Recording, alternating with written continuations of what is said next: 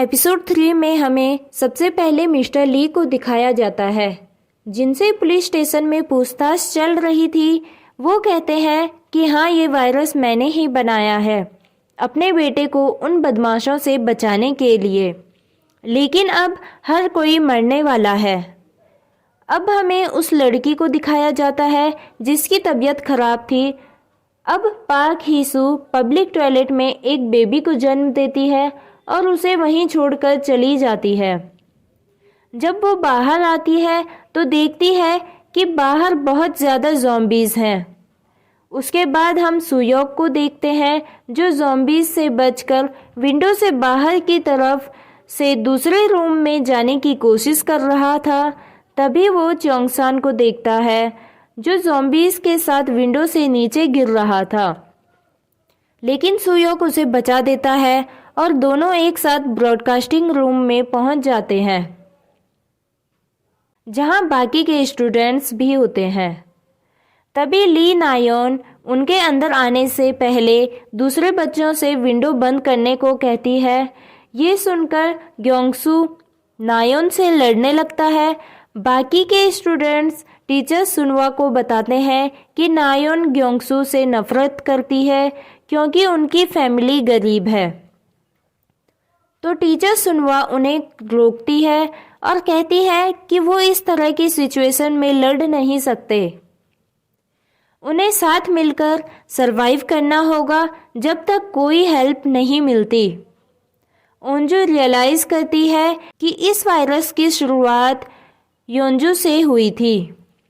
हीसू अब घर वापस जा रही होती है, तभी एक पुलिस की कार उसके सामने क्रैश हो जाती है और उससे ज़ॉम्बीज़ बाहर निकलने लगते हैं। ये देख हीसू अपने बच्चे को बचाने के लिए पीछे जाती है और उसे लेकर वहां से भाग जाती है। वहीं दूसरी तरफ ब्रॉडकास्टिंग रूम में स्टूडेंट एक कंप्यूटर की हेल्प से फेसबुक लॉगिन करते हैं और देखते हैं कि बाहर सभी जगह ये वायरस फैल गया है। वो अपने मैसेज चेक कर रहे होते हैं, तभी सडनली विंडो टूटने की आवाज़ आती है। चोंगसान जैसे ही चेक करने को जाता है तभी वहाँ एक ज़ॉम्बी आ जाता है जिसका पैर उस ट्यूब से फंसा हुआ था।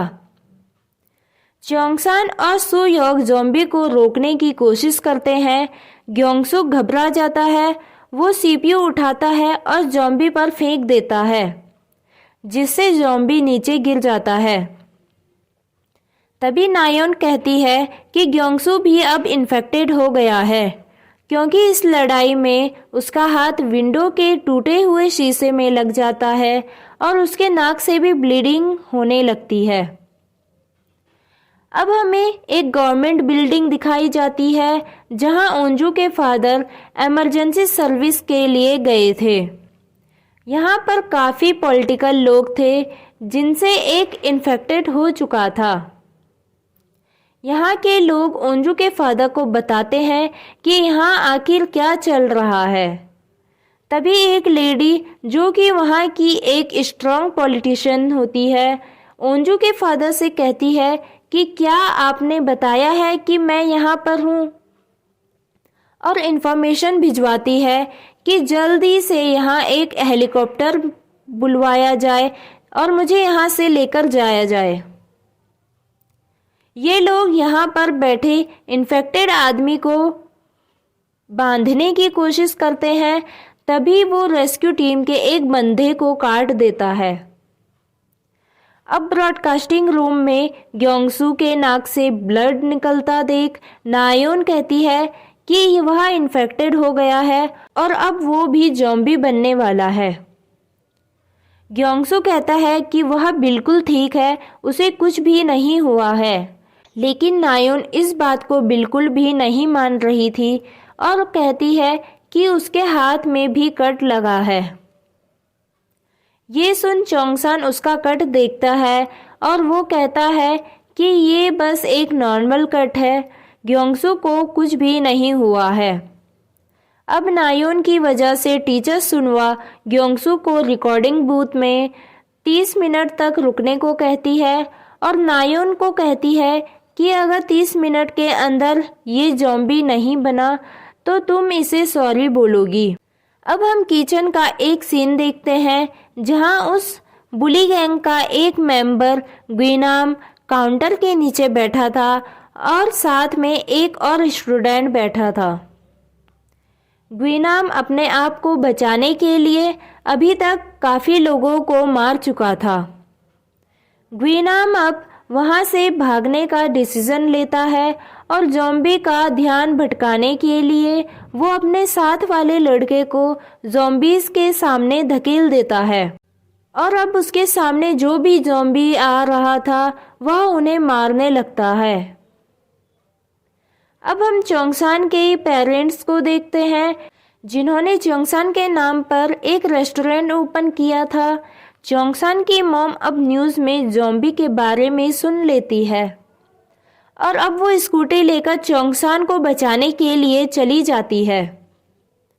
यहाँ उंजू के फादर को एक डॉक्टर का कॉल आता है कि अगर कोई इन्फेक्टेड पर्सन किसी को बाइट कर दे तो दूसरा पर्सन भी जल्द ही ज़ॉम्बी बन जाएगा।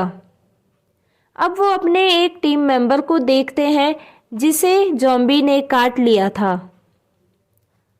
वह भी अब ज़ॉम्बी बन जाता है और वो सभी उसे बांधने लगते हैं। स्कूल के बाहर अब सिक्योरिटी काफ़ी ज़्यादा बढ़ा दी गई थी जहां चोंगसान की मॉम अंदर जाने की कोशिश करती है, लेकिन उन्हें वहां से भेज दिया जाता है कि ये एरिया सेफ नहीं है। चोंगसान की मॉम अब वहां से निकलकर दूसरी जगह से स्कूल में जाने की कोशिश करती है। अब हमें वॉशरूम में उन स्टूडेंट्स को दिखाया जाता है। यहाँ दो लड़कियाँ लड़कों के शोल्डर में बैठकर विंडो से बाहर की सिचुएशन देखते हैं और वहाँ से बाहर जाने का फैसला लेते हैं। ब्रॉडकास्टिंग रूम में चोंगसान अपने फ्रेंड ग्योंगसू को बाहर आने के लिए मनाने की कोशिश करता है क्योंकि अब 30 मिनट से ज़्यादा टाइम हो गया था और वह बिल्कुल ठीक था, लेकिन वह बाहर आने से मना कर देता है। तभी टीचर नायोन को ग्योंगसू से माफ़ी मांगने के लिए कहती है और वह माफ़ी मांगने के लिए चली जाती है, लेकिन वो इन्फेक्टेड ब्लड को एक रुमाल से साफ करती है और अब वो उस रुमाल को ग्योंगसू के कट पर लगाते हुए उसकी इंसल्ट करने लगती है, जिससे वो गुस्से में नायोन के पीछे भागने लगता है। रात हो जाती है और अभी तक ग्योंगसू को कुछ भी नहीं हुआ था। थोड़ी ही देर में ग्योंगसू ज़ॉम्बी में बदलने लगता है। सभी लोग ग्योंगसू को देखते हैं और वह ज़ॉम्बी बन जाता है। चोंगसान विंडो के पास खड़ा हो जाता है और उसे अपनी तरफ बुलाने लगता है। जैसे ही ग्योंगसू उसकी तरफ दौड़ता है, चोंगसान ट्यूब की हेल्प से बाहर की ओर छलांग लगा देता है और ग्योंगसू नीचे गिर जाता है और ज़ॉम्बीज़ के साथ भागने लगता है। अब चोंगसान रोना शुरू कर देता है क्योंकि ग्योंगसू उसका बहुत ही अच्छा फ्रेंड था।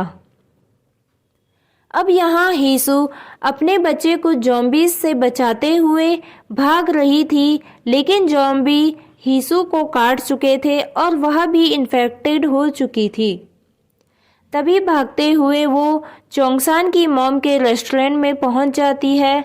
वो अपने बच्चे को एक टेबल के ऊपर रख देती है और एक दरवाजे पे खुद को बांधने लगती है क्योंकि वो भी ज़ॉम्बी बनने वाली थी और वो अपने बच्चे को कोई नुकसान नहीं पहुंचाना चाहती थी। स्कूल के लैब में सभी लोग खामोशी से बैठे हुए थे और ग्योंगसू के लिए काफ़ी ज़्यादा उदास थे। तभी नायोन कहती है कि मैंने पहले ही कहा था कि वो इन्फेक्टेड है। अगर मैं तुम्हें नहीं बताती तो वो हम सभी को मार देता। उसे लगा सभी लोग उसे थैंक यू कहेंगे, लेकिन तभी नामरा उसे थप्पड़ मारती है और कहती है कि मैंने देख लिया था तुमने क्या किया। नामरा सभी को बताती है कि नायोन ने रुमाल में ज़ॉम्बी का इन्फेक्टेड ब्लड ग्योंगसू के कट पर लगाया जिससे वो भी इन्फेक्टेड हो गया और ज़ॉम्बी बन गया। नायोन इस बात को मानने को तैयार नहीं थी और कहती है कि उसने ऐसा नहीं किया है, इस रुमाल में ग्योंगसू का ही ब्लड लगा है। तभी नामरा नायोन को उसी रुमाल को उसके घाव पर लगाने को कहती है। सभी स्टूडेंट्स नायोन पर गुस्सा करने लगते हैं और नायोन रोते हुए बाहर निकल जाती है। टीचर सुनवा उसे रोकने की कोशिश करती है लेकिन वो भाग जाती है। टीचर सुनवा सभी से कहती है कि सभी सेफ रहना और एक दूसरे की जान बचाना, कोई भी किसी को मारेगा नहीं। इतना कहकर टीचर सुनवा नायोन को बचाने के लिए उसके पीछे चली जाती है। नायोन की रोने की आवाज़ सुनकर ज़ॉम्बी उसकी तरफ आने लगते हैं और तभी टीचर उसे वहाँ से खींच कर ले जाती है और ये एपिसोड यहीं पर ख़त्म हो जाता है।